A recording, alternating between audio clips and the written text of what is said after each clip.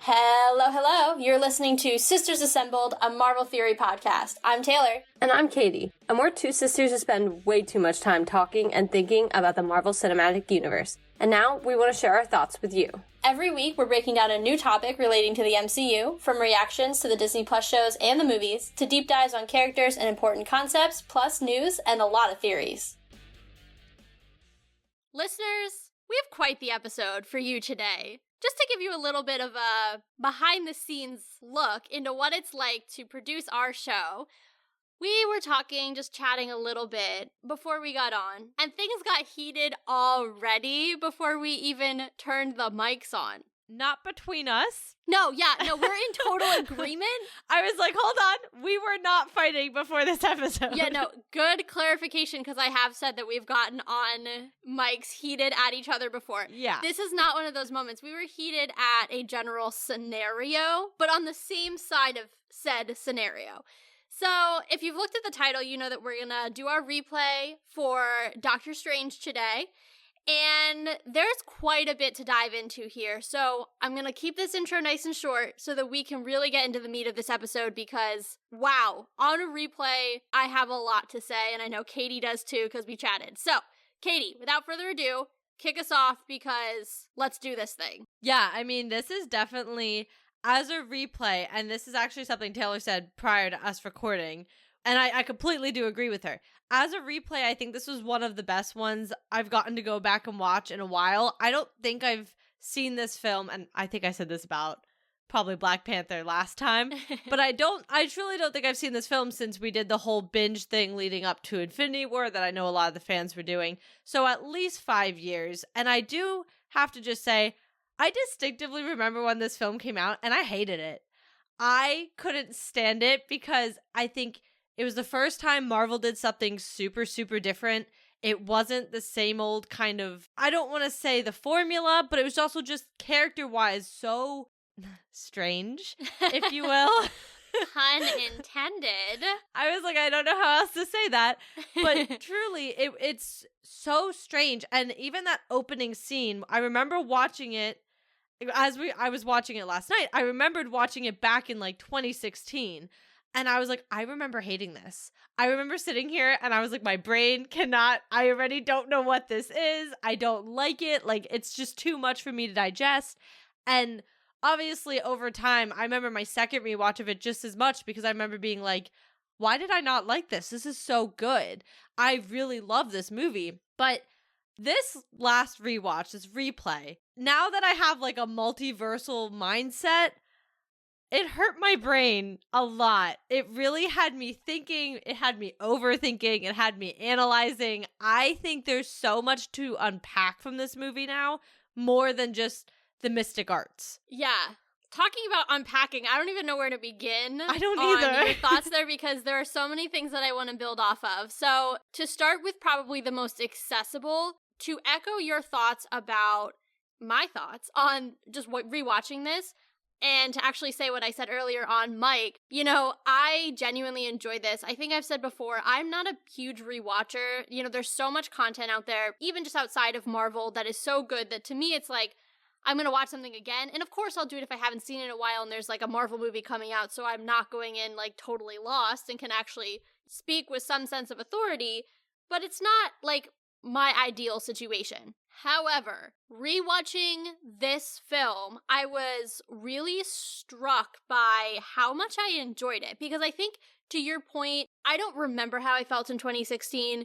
To give a little bit of context, I had just joined the fandom earlier in 2016 when Civil War came out. So I was very new. I had, I think, caught up at this point, so I'd seen everything, but I was nowhere near the level of involved that obviously I am now. So as a relatively new person in the fandom, I don't really remember it, but watching it now, and then also having the context of Multiverse of Madness to layer in there, this film is spectacular. Not only does it, I think, explain some things okay, you know, that's a whole nother section that we're going to get into, but the narrative of the film is actually really well done. Obviously, Ben is great, Benedict Cumberbatch is fantastic, But even just if you take him out because he's fantastic in any of the movies, regardless of how they actually turn out, if you just look at like the cinematography and the actual writing of the film, it is leagues beyond Multiverse of Madness. It has a coherent storyline. It is actually really beautiful, just the way it's shot as well. And I'm not trying to crap on Sam Raimi. You all know I love the Tobey Maguire trilogy. I was really excited when Raimi took over. However, upon seeing this film again, I can't help but think, wow, I really wish they would have let Derrickson do the second one. Because I think he has such a good grasp on the Doctor Strange character and how to make him likable. Because how many times have we said, like Tony Stark, he can be kind of a butthole and he can be really hard to like sometimes. But I actually found that I really liked the character in this film. I felt for him and I wanted him to win. And that can be tough with characters who are so egocentric. And I just thought Derrickson did such a good job. And I'm sure we'll get to it, there's like plot threads that hang because you switch directors. And I just want to start off my little spiel by saying, this is rapidly rising, I think, as one of my favorites of the first 3 phases. Just on a rewatch, I think, 1, there's a lot of meat to it, but 2, it's also really, really well done. And I think it can be really difficult to do a character like Doctor Strange because he is so mystical, and so you run the risk of really alienating a lot of people because it's, to your point earlier, so far out from what we'd seen up until that point. But if you look back at it with a little bit more context, having seen what we've seen since, it's really, really solidly built, and it's a really good film. I agree, and I want to work backwards and through what you said, just because recency bias, I remember the last thing you said more than the rest of it as we go through the conversation. But I do think, as somebody who's seen what we've seen now, the whole mystical thing doesn't throw me off. Yeah. That's why even, when I was saying it all earlier, in 2016, as somebody I'd been a part of the fandom, but it was still pretty casual. I mean, I was definitely ramping up by that point, but it was still fairly casual. This was just groundbreaking. It was just different. Now, obviously, we've seen so many, I don't even know how to categorize them. I don't want to say different, but just out there sort of things between not just the mystic arts, but, we have Wanda, who has broken free of just shooting little pew-pew balls with her things and, Age of Ultron. Well, she just threw like these little magical balls pretty much everywhere. And she was like, here's my power energy. And I was like, okay. Shooting her little pew-pew balls. That's what we're going to talk about with the Scarlet Witch for the future. Her little pew-pew balls. I think Elizabeth Olsen would endorse it, so I'm okay with it. I totally agree. But up until that level, that was the mystic we saw. I mean, we obviously see such a different thing now, and we will get into Multiverse of Madness and this movie and just marrying the two. But I mean, now we have Cosmic. Now we have the Eternals, which are on a whole I don't even know how to explain them kind of level. And so I think it is really interesting to go back now because I feel like there's another level of enjoyment too because it's not out of left field. It's not so like, oh, well, we just had Captain America and all the Avengers fight at an airport, but now we have some random dude and like a mirror dimension and the whole world looks wacky. Like, what is going on? I think this movie is awesome. I think we should break into Multiverse of Madness actually first. I agree. I think that's one of the big, I don't want to say the big 3 topics, but I do think there are about 3 big topics to discuss with this. And we've talked at length about Multiverse of Madness. I think we had 2 reactions episodes, and then we had a couple episodes after, I believe, that tied into other things and how Multiverse of Madness and characters and everything else tie into other things. I only gush about it because of Wanda, and it's only because of her being in it, not even because of her character, because I have talked about that already. It is a shame because this movie was awesome, and I think it had a lot of potential to show Strange differently, and remember, we have Infinity War and Endgame in the middle. We see Strange in both of those films in 2 very different ways. Well, a little less in Endgame, but more in Infinity War. And in Ragnarok. Oh, yeah. And end credit scene. He is in 3 other appearances before Multiverse of Madness. And then we get to Multiverse of Madness. And, if you were to just watch the 2 Strange franchises back to back, it's hard. It's kind of a stark difference. Yeah, I could not agree more. I'm trying to think about how to, verbalize that difference, because I think he is another one, and we've talked about this a lot with Natasha, who really suffers from multiple directors. Yep. We've talked about how Natasha is different from Iron Man 2 to, I was going to say Civil War, that's also one, but before that even Winter Soldier, to the Avengers, to Age of Ultron. She's different in every one. The only one that is similar is, of course, the Avengers and Age of Ultron, because it's the same director. You know, and then I guess a little bit, maybe Winter Soldier to Civil War, but even then she's different. But like Natasha, you know, to your point, look at Strange in this film, and then you look at Strange in Multiverse of Madness, and don't even forget, before Multiverse of Madness, we had No Way Home. I totally forgot that movie existed. So he was actually technically, he was in 4 films prior to Multiverse of Madness, prior to his second movie. Yeah. Which is, can I just say, unheard of? Yeah, I mean, because that's insane. That never happened. And that goes to a point that I want to hit later, but I do want to stick on this right now. I think what is tough is you see so much growth. And that, I think, is what makes him so likable in this film, is that he starts off as this real jackweed, and you're like, I kind of hate this guy, but you know he's going to get better. Obviously, we've seen the film before. But I think I don't really ever feel like I attached to him as much as I did during this watch, where I was like, you know what? I feel bad for him. You know what? I'm seeing him grow. I see the way he takes on that responsibility, that when Mordo tells him, you're just a selfish little jerk who's too afraid, he takes that to heart and he says, no, I'm not. You watch me speak truth to power and call out the Ancient One for doing something outside of the laws of nature. You watch me step up and save Earth from the dark dimension. And he does it. Maybe he does it in a way that Mordo doesn't like, but he steps up, and he even says to Mordo, you need to step up and fight. And that is such an important moment, because it's showing that Steven is taking responsibility for something far greater than himself, right? But then you get to, I mean, I think he does that in Endgame. I think he does that, well, not Endgame, in Infinity War, obviously. I think he does that even the little bit that he's in Ragnarok. So that, I think, is consistent, and I'm okay with those appearances. He's not in Endgame enough to really give me too much of an impression. It's very little, and I don't even know that he really even says a line. I don't remember. I don't to either. be honest, it's been a really long time. So we'll look for that when we do that replay, because it's rapidly approaching. But the next real moment where he's got a major appearance is No Way Home.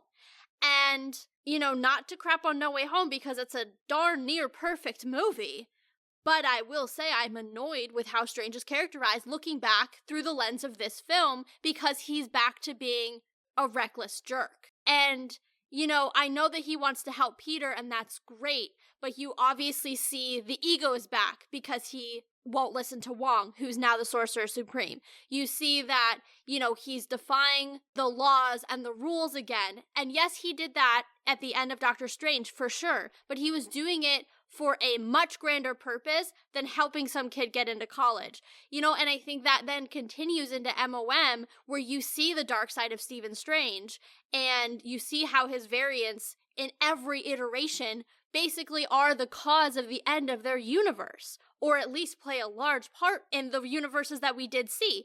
And now, I'm sure that's probably pretty comic accurate based on the little bit that I know about Stephen Strange. However, it is frustrating to see that character take a step back when he became so likable by the end of his own first film. You know, I think you articulated that very well, because I can get behind that. I think we see him taking on the responsibility in Ragnarok to protect the New York Sanctum. He is in charge of it. We see that. I don't actually know when he becomes Sorcerer Supreme. I wrote that in my notes. I literally wrote, when does he become Sorcerer Supreme and who decides? Because they never say it at the end of this film. And then he suddenly just shows up at the end credit scene basically saying, I don't even think he says it then, right? He doesn't say to him. He just says he keeps a list to Thor. Yeah, he keeps a list of high-risk individuals. Yeah. And then all of a sudden we get to, I guess his next appearance would be Infinity War, and he's like, I'm the Sorcerer Supreme. And it's like, since when? Don't get me wrong, that's what you're supposed to be, but who decided and when did they decide? So I'm gonna say this. I do vaguely feel like they mention it in the beginning of Infinity War, before Hulk crashes in the Sanctum. I feel like him and Wong are having a conversation, and I feel like it's mentioned there. I don't actually know, though, how that flows. Like, I don't know when exactly he takes on that responsibility. I'm not sure. But I do think we see a pretty continuous line with him. I mean, even up to him giving up the time stone and knowing what the sacrifice he was making and knowing he was killing himself in the process because he knew that at the end of the day, in 5 years, they would solve the problem. The Avengers would come back and they would bring everybody back. Which is actually eerily similar to what he does with Dormammu. Exactly. You know, looking back, he sacrificed himself. We literally don't know the number of times until Dormammu got annoyed enough to be like, all right, you get what you want. Well, exactly. So I think I do see that change in No Way Home. I actually think it comes down to, and maybe this is more of a character study into Doctor Strange than, we think it always will be, but I think it comes down to he is stripped of the power he gained. Yeah. He wanted to be the best scholar. He wanted to be the best at what he did in the mystic arts. Once he came to terms with that and came to terms with knowing how he could be the best, just like he had been the best surgeon, he wanted to strive for that position. And honestly, I don't blame him for kind of being a little PO'd for losing the position because he was dusted and not being able to get it back when he came back. Like, that's a little, like, I get it. I understand why.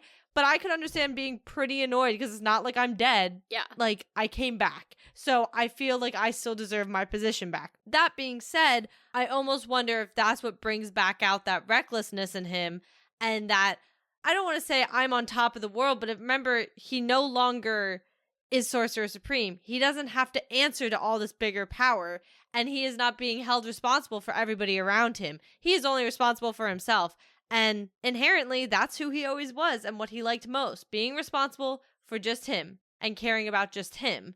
So I wonder if maybe that shift is why we see a different version of him beyond just different writing, different directing, everything else. I will say by MOM, I think it's hard, and I said this already, you cannot watch these two films back to back. Yeah. And I think that is maybe one of the cruxes of being a character that comes in later than the building stages. Because I look at Captain America, who had an entire trilogy prior to Infinity War. Same with Iron Man. Well, technically same with Thor. Yeah. And they were all able to go through everything they needed to go through while still being in Avengers, while still being in Age of Ultron. But they weren't these big pivotal moments in the universe versus you have Doctor Strange who comes onto the board in 2016. It is now at least like 2025 in the MCU, and he was gone for 5 years on top of that. And it just, I mean, that's almost 10 years between two of his movies. His franchise isn't, I mean, obviously we know Cap is like 70 years, but that's its own wonky. Yeah, that's a whole different thing. Yeah. Yeah. It's just, I think that is the biggest thing for some of these characters is they become, victim to these bigger team ups sometimes and their characters. I think Peter Parker's another one. I'm not going to lie. I think he falls to that too. I agree. And I think what's interesting is MOM is actually more of a sequel to No Way Home than it is a sequel to Strange's own film. And his own first film, which I think is a disservice to the character, but also really speaks to what you were saying. But I think the other thing that's really important to note here is just how many lines Strange crosses in terms of, we always talk about the different sectors of the MCU, the street level, the multiverse, the mystical, the space, all of it.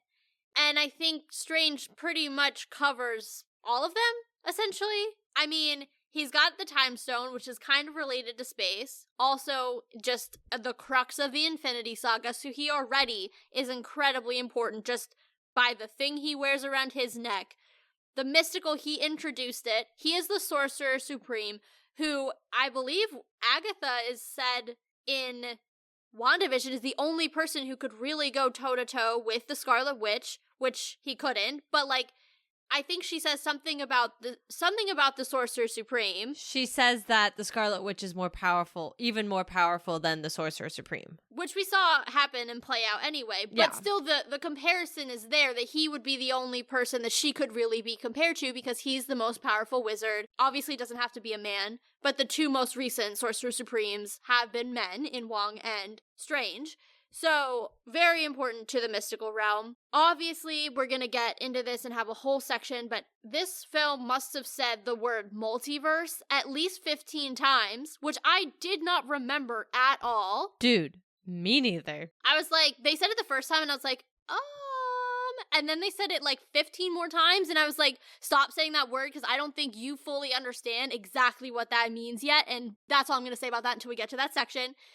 And then the last thing is street. And that's the only thing he really doesn't get into is street level. Well, he does a little bit with Peter Parker. Like, I feel like No Way Home. I'm talking in this film, though. In the first film. Okay. Yep. Because my point being, one of the reasons I think Strange has so much dissonance and so much space between 1 and 2, other than the function of the time jump and all of that, is because he gets in as such an important character that there's no way they can leave him out of any of the most important team-ups. You know? So because of the many places he crosses, he's so important that there are films that he simply cannot not be a part of. And unfortunately, I think that's just going to be the nature of the character for as long as he's around, because he's the Sorcerer Supreme. Well, not right now, but, you know, he was a Sorcerer Supreme. It was his job to keep track of people like Loki, to go up against people like Wanda, even though he wasn't the Sorcerer Supreme. He basically acted like he was, so we're going to say that. And, you know, that sheer fact alone and the time stone around his neck made him impossible to ignore when you hit films like Infinity War. Even Endgame, though, you know, but that's all a function of Strange's decision in Infinity War. There's no Endgame without Strange. I'm right. No, it's not that. I just had a really random thought, but like, he had the time stone in Infinity War. Couldn't he have just gone like, shh, backwards? Stopped Thanos at the source? You mean like Thanos did with Wanda? Yeah. But I guess if he had seen there was only one way to win, he would have known that doing that wasn't the one way to win. Remember, he saw the 15 million possibilities? I guess. I don't see how, like, they couldn't have, because then they could have just kept redoing it and destroyed the stones, or tried to destroy them, or, you know what I mean? I guess, but, you know, it's always going to come back to that. Like, that was kind of their catch-all, is like, yes, you can imagine a million ways that could have gone easier, but that line that I saw 15 million potential futures and only one where we win pretty much is the trump card for all of it, and basically means that there's no room to argue. I guess, but let's save it for the episode. Save it for the Infinity War episode, or episodes, honestly. But to finish my thesis, Strange is too important a character to not be involved in multiple franchises beyond his own, and so we're gonna see him dabble around in the future again. And much of it is to the detriment of his character, but so here we are. Yeah, and it all makes sense. It does just make me sad because I already know, like, and obviously with the strikes going on right now, this is a grain of salt in itself. Like, you don't even need to take it as one. It's just a grain of salt. But there was already talk about the third movie, his third film coming around and everything else. And it's just like, yeah, but, and I think I was seeing some thoughts on when it would come out, and it wasn't even until like 2027, 2028. And I'm like, do you know how much has to happen between that and Multiverse of Madness? Like, it's like, well, one, I don't know how that's possible considering the incursion is the catalyst for Secret Wars. I don't know. And he is such an important I mean, obviously he can be in Secret Wars without his third film coming out. Yeah. But the incursion that's mentioned is literally what causes Secret Wars. I would know. I read the comic this time, so I have actual comic proof. Yeah, I couldn't tell ya, but it does make me sad. I see your point, though, and it is true. I mean, he is an important character. He is, if anything, more important than even like a Tony Stark. Oh, I just agree. because of his abilities. Yeah. Not because of just who he is, because I think he is a natural leader, and he's good at that. And I think for the most part, you know, he's a leader who can make a really hard decision when he has to. Yeah. Even we see it from the get-go in this film when he's not even an actual leader yet, but he has the Eye of Agamotto, aka the Time Stone, inside of it, and he chooses to use it to undo the damage that Kaecilius and his whole like ragtag group already do with the Hong Kong Sanctum and bring the dark dimension in, starts eating the earth, blah, blah, blah, blah, blah. You know, he makes that hard decision. And we see that, you know, obviously be something Mordo struggles with because he's like, but you broke the laws of nature to go back in time to fix this. And I think here we branch into the ability to go into a couple different of our other thoughts. So I want to hold off on the multiverse and time conversation still, because that's going to hurt me and I'd like to wait to get that headache until a little bit later in the episode. The biggest string that's always left standing is Mordo. Yeah. We went over this, and I remember we went over this in Multiverse of Madness, how angry we were. Because obviously we only see the Mordo of 838. We never actually see our Mordo again in Multiverse of Madness. And granted, with all that going on, I think I preferred it that way. Not to mention there were ideas of having Wanda behead him at the beginning of the movie. Which is just cheap. Oh my god, can you imagine? That's how they would have taken off that pawn. Instead of actually doing a proper second movie in which he could be the bad guy, stealing everybody's magic away from them and everything else. And he would be a really interesting villain because, again, you could see how he could be slightly sympathetic because he doesn't think these people should just have magic out there. He thinks it needs to be controlled. And it would have been so great. And instead, they almost were just like, ooh, yeah, there's that character, and we totally tease that in an end credit scene, so we should just have Wanda behead him, and then we never have to worry about it again. Are you kidding me? I mean, now we have a dangling thread from the first movie that we'll probably never see again at this point. Strange is so far beyond dealing with 616's Mordo, you know, with the things that he has dealt with. And it's disappointing because I would not have minded another movie where Strange just deals with the magic realm. And yes, he's dealing with that with Wanda, but like the direct effects of his first film. And, you know, he basically creates this version of Mordo between him and the Ancient One. They completely shatter his viewpoint on the world and create this monster that is out there stealing magic. What an interesting and beautiful movie that could have been. Again, I know there was something, and I don't know why they took away Derrickson, but Derrickson would have made that, you know, like he would have brought that forward. That was his own thread that he was setting up for, I would assume, himself. And then obviously we know that Raimi just didn't do anything with it, and now it's never going to be talked about again because he's heading into an incursion and Secret Wars, and that is way bigger in scale than Mordo out here stealing some magic. I mean, there's just no room for it, and it's a missed opportunity, and I get it, but it's annoying. Not only is there no room for it anymore, but I think what annoys me the most is it would have been a great segue into everything we saw later. I agree. Because I do have to say the biggest thing I struggle with is Strange shows up at Kamar-Taj, starts training. Yes, he takes it very seriously. Yes, he is able to remember everything because of his memory and all that. Yes, he is very good at what he's taken up. But when you really look at the timeline, how did this man who showed up in Kamar-Taj maybe 2 months ago end up where he ended up? And like, I get it. They even said it in the movie. He was meant for this. It comes so naturally to him. Like, he was made to do this. But it just, I think having another movie in the middle to handle Mordo, to allow him to practice magic more and understand it, and still, and not that Strange isn't the good guy, but still be the good guy, and kind of show us how he maybe earned a spot as Sorcerer Supreme, because I would think that would be a pretty good way of doing it. It's just a shame, because it is such a missed opportunity, and it is going to be a thread that I think we may never see truly ever again, because, as you said, there is no place for it. And even in his second movie, it was magical, but it was mainly multiversal. That segues perfectly into the thought that I had while you were talking, which is I want more Kamar-Taj. I want more artifacts. Like the names that they were saying, the staff of the Living Tribunal. Right? Are you kidding me? The things that they were talking about were so important and such deep cuts, but so interesting.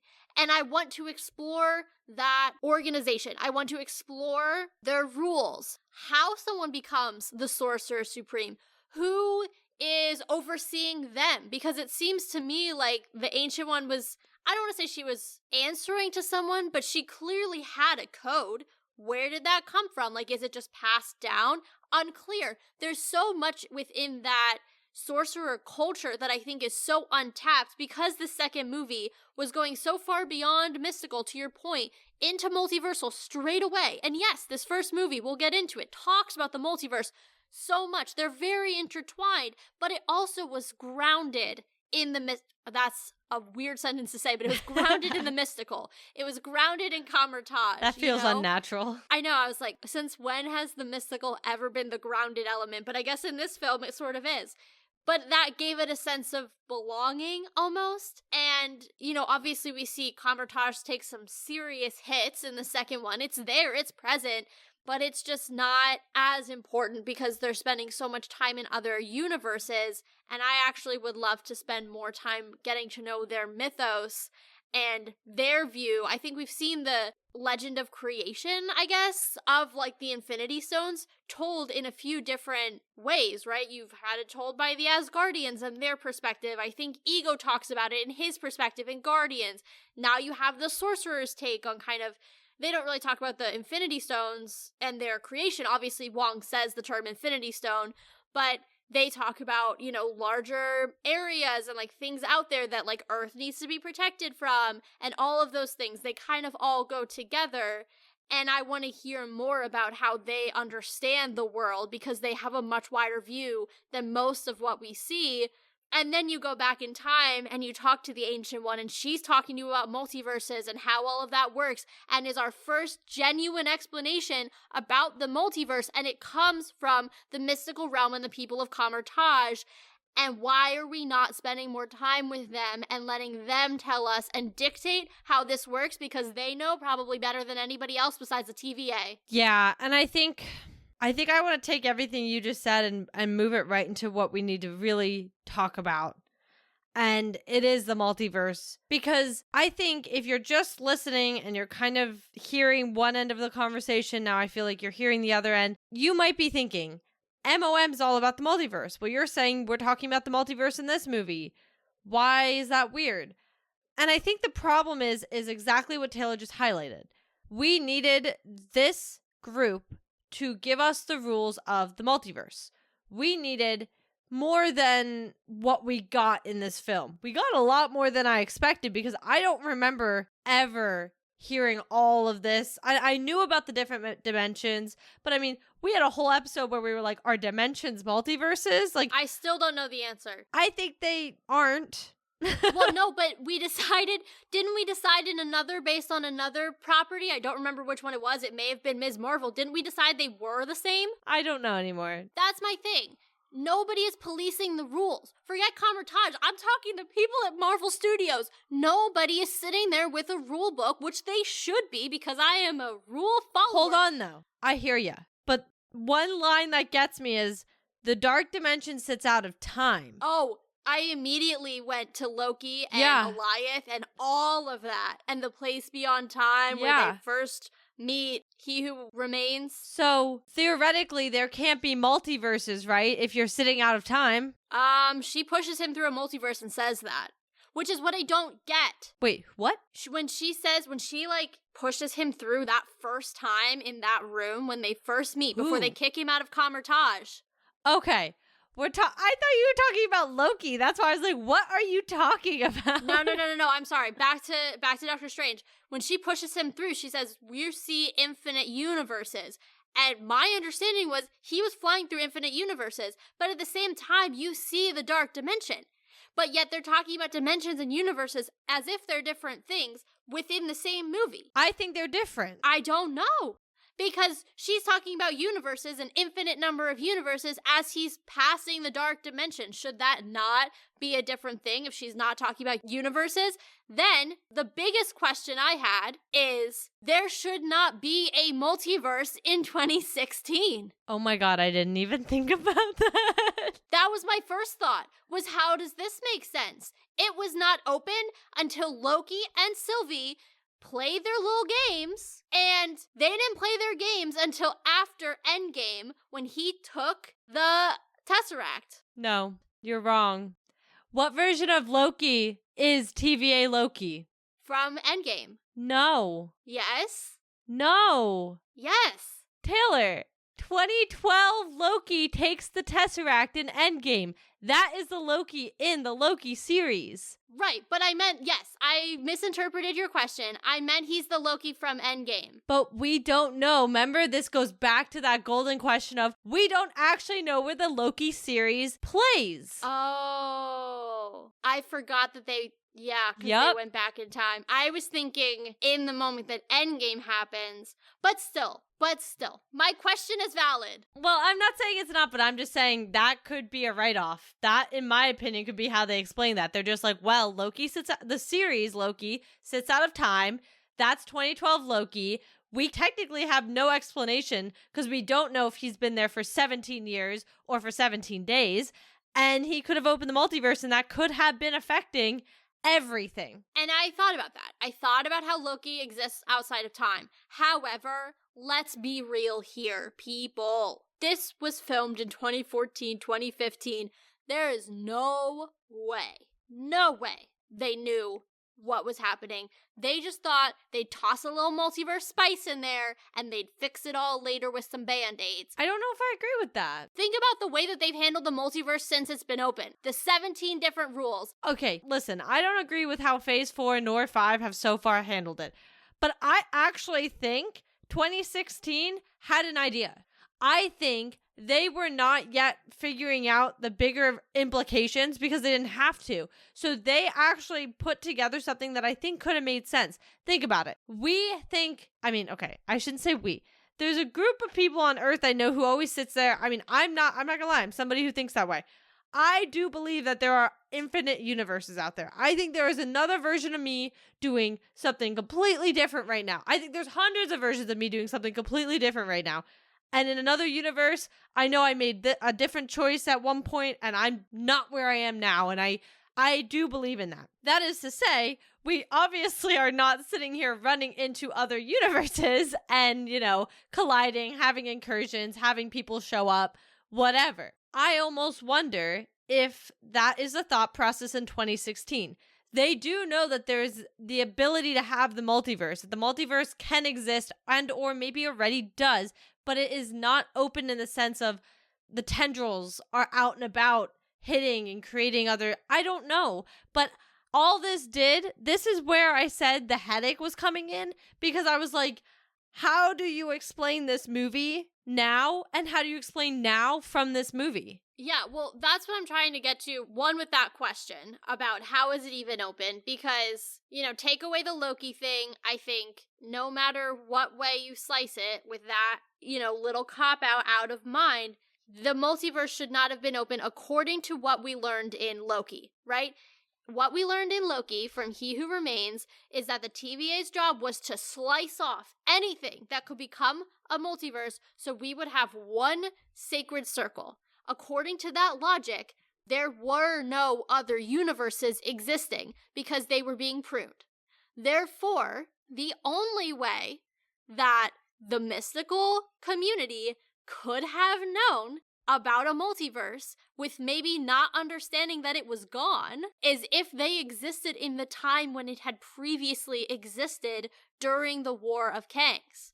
In which case, they may not have understood that by Kang doing whatever he did, like killing himself, I don't remember the story anymore, like killing other versions of himself so that only He Who Remains remained, they did not understand that he was pruning, so there was no multiverse. Now, where that theory falls apart is she sent him through a bunch of universes. So I think to what you were saying earlier is this movie, and it does not disregard what I said. I think we're saying the same thing differently. What I'm saying is this movie, they wanted to talk about the multiverse, that's fine. The rest of Marvel was not there yet. They did not know where they were going to go, and so they had to kind of band-aid over it because they were like, oh, we talked about it in this film. But I think if we had let this movie set the tone, we would have been fine. If we had let this movie set the rules, we would have been fine.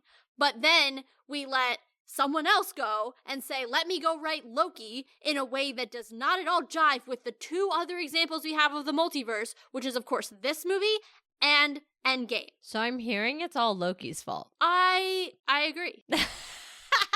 Not the character. We still love the character, but I do the show. think The that, show. Yes, that show. It really does start what I think is a major discrepancy in the MCU. It starts this sense of we do not need to follow the rules that were set by previous films. Then you go into MOM, let's keep this in the Strange House. You go into MOM, which then directly contradicts Loki, written by the same guy, by the way. And then you go into Ant-Man, which sort of kind of goes together and sort of doesn't. And basically, everybody's just making up their own rules every time we talk about the multiverse. Whereas I think, based on memory, this film and Endgame actually pretty well go together. They set a foundation that future writers and directors decided to just absolutely take a poop on and say, I don't really feel like that makes sense for the story I'm writing, so let me write a new set of rules. And we've had now 2 to 3 different sets of rules in phases 4 to 5. Okay, I'm going to take a second. I told you this was going to get heated. I know. So I'm going to take a second and backtrack. An explanation I think I might have is, remember when we just talked about dimensions? Yeah, unfortunately. My only thought process is, I also vaguely remember when I was explaining my thought process with the sacred circle, remember how I was like, the sacred circle is a ring. Hence a circle. Well, yeah, but maybe it has other, shut up. Maybe it has other rings that are in parallel with it, and it wasn't until we opened the multiverse that connected it, and that's what actually, or I should, hold on, I'm eating my own words. When Loki and Sylvie killed He Who Remains, that's what opened the ability for them to connect. Like the multiverse itself, remember this was something I mentioned, like the multiverse itself could have already existed as a whole, but none of them ever touched each other because he made sure they didn't. And that's what kept everything in line. And then now once they killed him, nobody's pruning anything, which is what's going to allow things to get out of hand. If I were to bring that back, that could explain what they're saying in 2016 in the first Doctor Strange movie. And that could also then say, okay, well then dimensions can easily be universes, that we could have been seeing an incursion pretty much take place with Dormammu eating Earth. Yeah, no, I'm following. All right, let me make sure I'm tracking, and also for listeners to make sure you're all tracking. This is what I'm getting. Yeah. You're saying that, well, I actually have a slightly different interpretation, but it goes in line with most of what you're saying. So you're saying that it's multiple circles stacked on one another, and the lines that we see coming off the sacred circle line, or at that time they're calling it the sacred timeline line in Loki, are actually little connector wiggles between the circles, right? What if, I'm going to raise that for you. What if instead of the circles already existing, now this kind of does conflict with Strange, but I think this makes more sense in relation to Loki, if the timeline with the Sacred Circle has the little wiggles come off, and the wiggles, or the branches, that's a better word for it, the branches, I was like, what is all I'm thinking of is fruit salad, yummy. Childhood moment unlocked. But the branches, right? What if the branches then form their own sacred circle? The only thing is, where that doesn't go is, of course, then the multiverse would not have existed until that moment in Loki. So it's tough because I hear what you're saying, and that does make it work. Yeah. But it just really does not, to me, speak to what He Who Remains says. And even I feel like the imagery that we got from Kang the Conqueror in Ant-Man was one circle. And so I just feel like that's what I mean. I think they allowed them to I'm not saying I'm right. I'm just saying that's the only way I think it makes sense. And like I said, that's what I think prior to even the MCU. I think a lot of people always theorize that there are other universes out there. I think that's the idea behind them. So I'm taking that thought process and I'm like, okay, saying they all exist, we don't touch, He Who Remains dying is what starts allowing those to happen. And it does, maybe that's what starts to it could cause more universes too. But there are already some out there. I don't know. I think it's so hard with this movie because, this is the whole problem with the replays, right? And not problem, but like in a bad way, but just when we watch these all with the new point of view that we have, which is what's almost fun about it. Like that I think is the big point is it's one thing for us to react to things as it comes out, and then you get maybe a comment here or there from us 6 months later, and we're like, actually, that wasn't as bad. We just needed to think about it, and now we feel differently. Like, that's how I feel about MOM. I'm like, it was bad. Oh, it really was. Horrible in so many ways, but now I can watch it and I'd be like, but Wanda looks awesome, and she's doing so many amazing things. Killing people? She is a grieving mother trying to get her children. Okay? So she can do no wrong. But my point is like I can watch that and I'm like, if I can separate myself from some of the other things, I now could say I enjoy at least watching the movie. I can watch it. I can put it on. And I'm like, okay, cool. As long as I don't think too much about this movie, we're good. When we do these replays, it's fun to be able to say, hey, especially the ones who have sequels now, to sit there like we did with Black Panther and say and obviously that was so different, but how, the second one reflects the first, how the first reflects the second, how things in between played a part, whatever. But I will say, this is the other big struggle, right? Because like now, especially with the multiverse, if you would have left me in 2016 with Doctor Strange, I would have been like, cool, all makes sense to me. Yeah, there's a multiverse. The one thing, though, that I continue to struggle with throughout this film, and again, like I wouldn't have thought of this in 2016, but now we have someone named America Chavez. They were traveling through the multiverse with just their sling rings.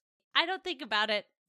I mean, why do you need America then? Like, I just kept thinking, like, she just sent him through the multiverse with just a touch. I get that she's the Ancient One and she has a lot of power, but remember, though, she was also drawing from the dark dimension, and I wonder if that was something that played a part. I mean, I'm sure it's possible. It really stuck out to me. I don't know. It bothered me. I was like, are you telling me that this whole time he could have been sling ringing his way around the multiverse? Like, what? I do struggle with this. I don't know. The problem is, I mean, again, this goes back to what I just said. In retrospect, it makes this film hard. Because I think as we started the whole episode with, this is such a good movie. It really is. The character development, I mean, it's beautifully shot. There were some shots that I couldn't believe I was even watching. Like the hospital one. When he comes... Oh, no, I'm thinking like when the Ancient One's like dying. Oh, beautiful. And they like everything slow-mo and even the lightning coming down from the sky and the snow and everything else. Amazing. Even just the gravitas of that last scene where he's coming up the stairs of the New York Sanctum and you just see that shot of him behind and you're like, that's freaking Doctor Strange. Or like the cape one when he puts the cape on. Yes. Yeah. I was like, you know what? Like I said at the beginning, like Doctor Strange is a very interesting character. He can go a lot of different ways and it can be a little challenging to introduce a character like him. But it's shots like those where I was like, this man got the character. And I agree. Beautifully shot. Beautiful. Yeah. And so the movie itself is so, so, so good. I mean, the mirror dimension hurt me, but like it's so amazing at the same time. Yeah. But I will say, looking back at it in this lens, it's hard because we're pulling apart something with a new perspective. And I think obviously this is the MCU, it's very different and we can do that. I think a lot of people sometimes it's not always fair to take a current point of view to something in the past. I do think sometimes that's not fair. But in the MCU, we kind of have to. We have to understand what those connecting lines are, especially as Doctor Strange continues to be such an important character moving forward, especially because the second movie is called The Multiverse of Madness. And so it's hard because with a 2023 point of view, which is a 2024 to 2028 MCU point of view, because we have no clue. Yeah. It doesn't all make sense in this movie. Oh, I totally agree. And that's really the only thing that took me out of it was, okay, how does this work with everything that we know now? Well, and I even have written in my notes, because there wasn't a lot I was writing down about the movie itself, because there wasn't a lot that needed to be captured more than, this is awesome. This looks great. I miss this. Like, I really enjoyed this movie. I'm sad that there was a version of me that didn't like this at first. Like, it's really good. Honestly, a lot of my notes had to do with the multiverse and everything else. We haven't even talked about the time stone. And my thing is, like, something I had written were, what were the consequences? Because as we learned with Loki and the TVA, was that something Strange was supposed to do in the timeline? Because there were no consequences to that. And so I guess I was really confused because I was like, how does that? He's just out here changing. Like, Wong was dead. Okay, you just hit 2 of my notes that are back to back on my sheet. One being Wong was dead in all caps, which, thinking about that now, the current Sorcerer Supreme was dead. He should technically not be alive currently. Well, at one point or another, both of the men, our most recent Sorcerer Supremes, have been dead. Yeah, but like, I will just say, Wong was like dead. Strange was dusted. There was a slight, difference. I know. I just want to point out that there is a parallel there. But to your point, I wrote that and I never, it didn't occur to me until we were getting up to that point, and then I was like, oh my god, they revealed that Wong is dead. And then you think about now how he's in every dang movie, and you're like, this guy almost didn't make it out of the first movie he was even introduced in. And then you think about all of the things he's been a part of, and how he ushered someone like Shang-Chi into the fold, and you think about how that may not have happened if Strange hadn't, quote-unquote, broken the laws. And then going off of that, my next bullet point, which goes back to something you said, was, what was the reckoning that Mordo spoke of? Exactly. He spoke so convincedly that there was going to be a price to pay. And it almost made me wonder, is this when Strange started the incursion? That it actually started far beyond, or far before we ever thought. We thought it was when he brought all the Peters and he did some real poo-poo with Spider-Man. No, I thought the incursion happened during MOM. You might be right. I get them so confused.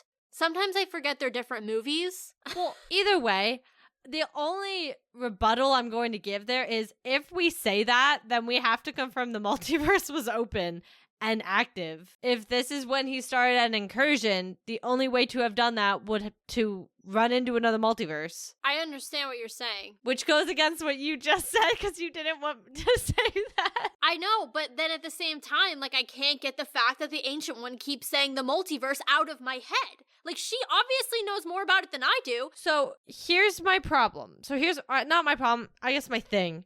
Yes, Mordo sat there and said there are consequences to this. And again, this movie, similar to some of the others around this time, fell into a hole because Infinity War and Endgame had to happen. If they didn't happen, would we have gotten an answer to that? Beyond that, now that we know there are people who police time, I'm unsure why they were like, oh, he's supposed to do that. I don't see that. I'm sorry.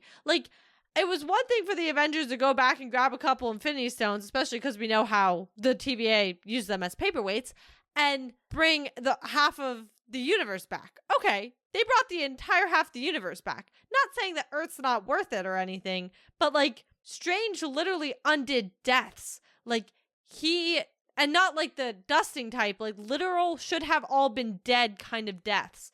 And so I feel like there should be something there that should have happened that didn't happen. I mean, the only explanation, I hate to say it, is if the TVA was not in existence at that point. Look, I feel like I want it to be one way, but I'm not going to not acknowledge the evidence for the contrary, because that's just stupid. But what I think this comes back down to is Loki really started a whole vat of poop. And the TVA is a problematic organization just in understanding time, because there are so many moments in which they should have stepped in movies that came out before Loki ever came out. I'm looking at you, Steven Rogers, but they didn't, because at that time we had not yet been introduced, and we have to do all of this bending and mental gymnastics to justify why they did not step in. Now, the only thing we can say for Steve, and I just thought of this, is maybe they did step into him on the other side. We don't know. But that's a whole conversation for another day. We'll get to Endgame, and we'll table that for now. Everyone remember that, because that was actually the smartest thing I've said today. But I do want to point out one other thing, and it's directly related, not to this movie, but from a character from this movie, which is, if I'm remembering correctly, the Ancient One, when she explains to Smart Hulk the concept of time travel in the multiverse, she tells him, bring it back or you will start a branch. Well, honey, if the multiverse already exists, why do they need to worry about starting a branch? Okay, I'm ignoring that statement because I feel like that's going to be an endgame problem. And I'm going to take it and say, if that's the thought process, how can we apply it to what Strange did in this movie? I guess, technically, he did not time travel. He just went back in. Yeah, it's almost like instead of starting a new branch, he just simply went back on the sacred circle. Okay, but actually, I have to throw this out there now, too. They can sit outside of it, too. Which didn't make sense.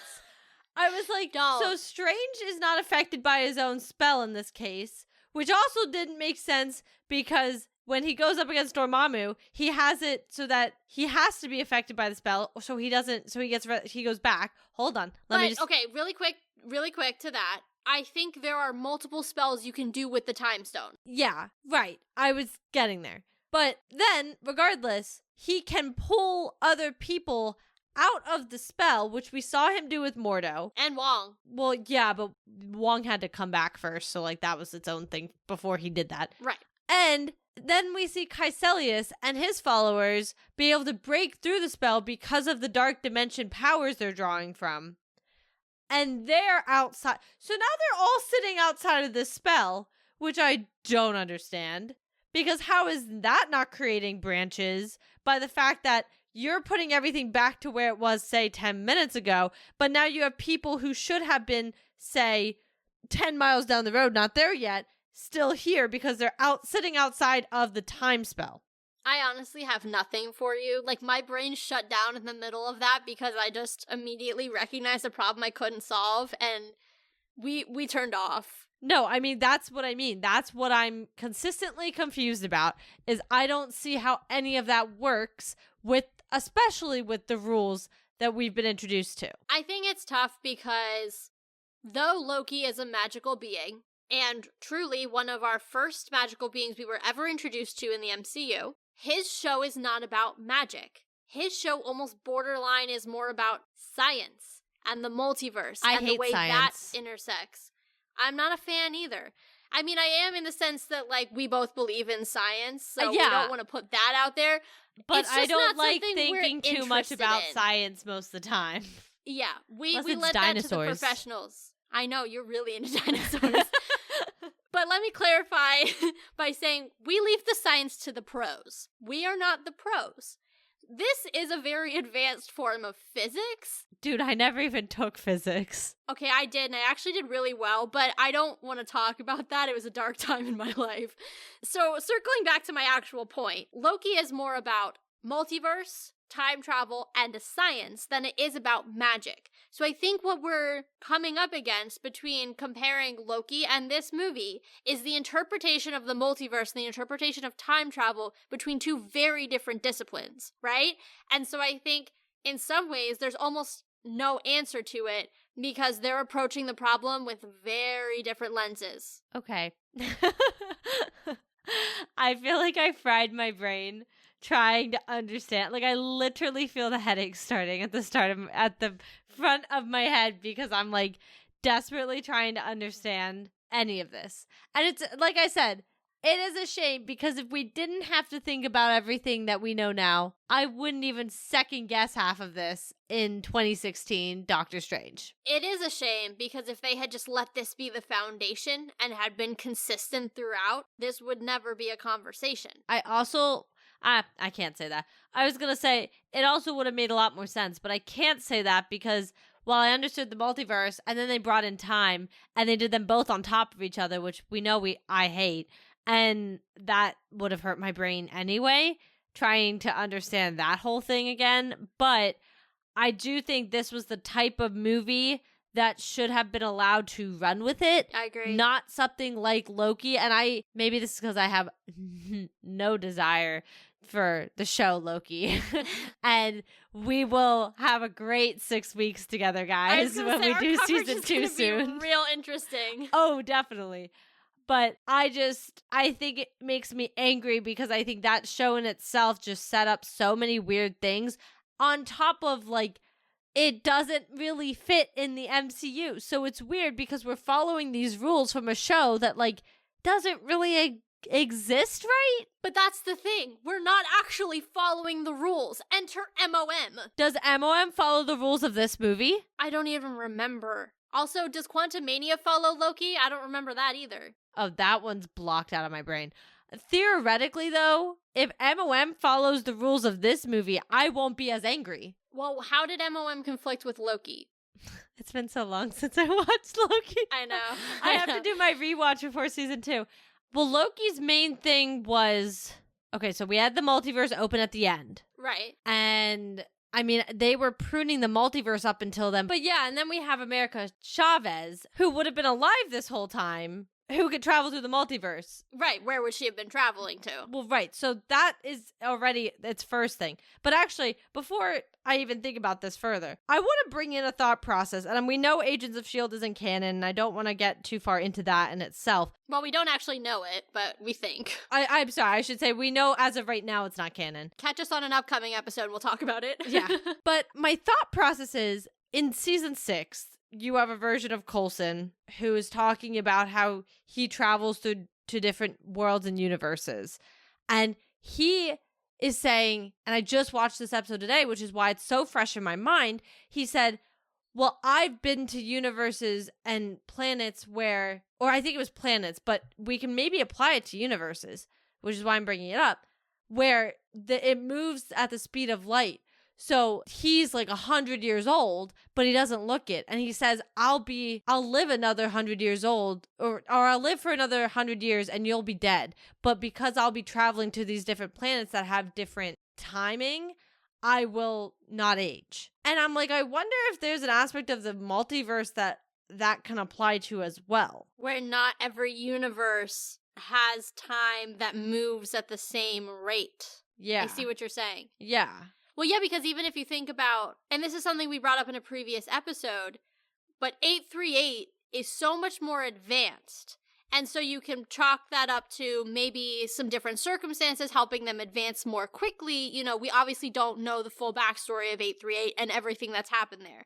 However, taking an assumption to move this thought process forward, if 838 did not have some drastic change, I mean, we know he had to have some because the Illuminati's there, but what if it's just 50 years down the road? That 838 is almost the future of what our Earth 616 will look like. It's just that either A, they traveled, well, then you have the whole idea of like traveling to a different point. Like you don't necessarily travel parallel. Which I think we talked about a little bit in the Kamala episode. Yeah, like you're not, like I guess the other part of that is you may not travel to year 2005 in 616. You may not go to 2005 on 838. You may go to 2050 on 838. So there's two things happening here. You could almost have time moves differently in different universes, and so they're advancing at different speeds. And also, as you're traveling, you may be traveling 50 years in the future, 100 years in the past, and like, you don't know. Right, which is where I think when you ask about the Loki and the Multiverse of Madness and how those two different thought processes could tie or not tie back into 2016 Doctor Strange, I think that's where that gray area begins. Because I think Loki focuses most on the time aspect as of right now. I think season 2 is going to bring a very different thought process with that. Or I think it's still going to be mainly time, but now because of the multiverse, it's going to be even more wonky, which, God, help me. But I think then you have what we know from Multiverse of Madness, which is what we've seen when they travel through the different universes. So I don't know if there can be an answer, but I do think that gray area is where we are living. I agree. I also am going to stick to my magic versus science as part of that gray area, helping to color in there. And I think the last thing I'll say on this point is I'm actually glad that we're watching this now, knowing that I'll probably try my very best to rewatch Loki season 1, to rewatch MOM, so that going into season 2, going into our predictions, we not only have MOM and season 1, but we now have this very first mention of the multiverse. We have not, up until this point, said the word multiverse. This is literally the first floor, ground level of what we have built this, next saga off of. This is the first utterance of the word. And so I think it's actually really, really good timing that we're doing this now, because we have the opportunity to use this and to reflect on how much we've grown, or maybe strayed away from the rules and the tenets that were spoken about in this film to get to where we are. And we can use that as a reflection point. So that's kind of my last thing, because I don't think we can talk in circles anymore, because we're not going to get, I don't think, an answer. But maybe Loki season 2 will help point us in the right direction now that we can compare it to where we started. I think that's actually something that could be really helpful. Well, my last point is, while this obviously we knew was going to turn into a multiverse and time experience because of this movie, as you just said, being a multiverse and time gateway, the first time we see the time stone as well, the first time we mention the multiverse and we see the multiverse and other dimensions and everything else we see. Again, I want to wrap it all up by saying this is such a good movie. It is. I want to just give it the credit it deserves, because I know, and we've said it throughout the episode, but I know saying all this with what we know now can make it seem like we're harping on a little bit, but truly not this film's fault. If anything, it's everybody who came after it, because this film started it all. And I don't remember it starting so much of this, so it's actually kind of interesting to go back, as you just said, and to watch it now when we have some of this new content to go through, and that's also coming up. But it is such a good film from start to finish. And I mean, if you have not had the chance to rewatch Doctor Strange, the first one, in a while, do it, because I think this is probably one of the best Marvel films coming out of the first 3 phases, if I'm being honest, just because I think we got it down by 2016 a little bit more. And because it was different, it got to take risks I think we didn't get to see in some of the other movies. And it's why movies, and obviously I know how they came out, but it's why movies like Black Panther, it's why movies like Thor Ragnarok were so well done, because those movies came later and they were able to kind of experiment in different ways. It showed that the experimentation could be successful. Exactly. And it was as we moved into the big finale and everything, so you really could kind of do something a little different, because you knew what was going to happen next. They were going to wipe out half the universe. So it's still an amazing movie, whether or not everything that comes after it negates everything it talks about in the multiverse and how the time stone is used. And I'm hoping that they can continue what 2016 Doctor Strange did for the character of Doctor Strange moving forward. Couldn't have said it better myself. This has actually been a really, really fun episode for me. I think I wasn't sure what to expect going into this rewatch, but I was pleasantly surprised. To what Katie was saying, it is such a good film and definitely worth a rewatch, especially hopefully before, or now that you've listened to our episode. With all that being said, we have a couple of really, really fun episodes coming up that are a little different from our normal, so Katie's going to talk about that. But definitely make sure that you are following on your podcast platform of choice so you get first notifications when those come out.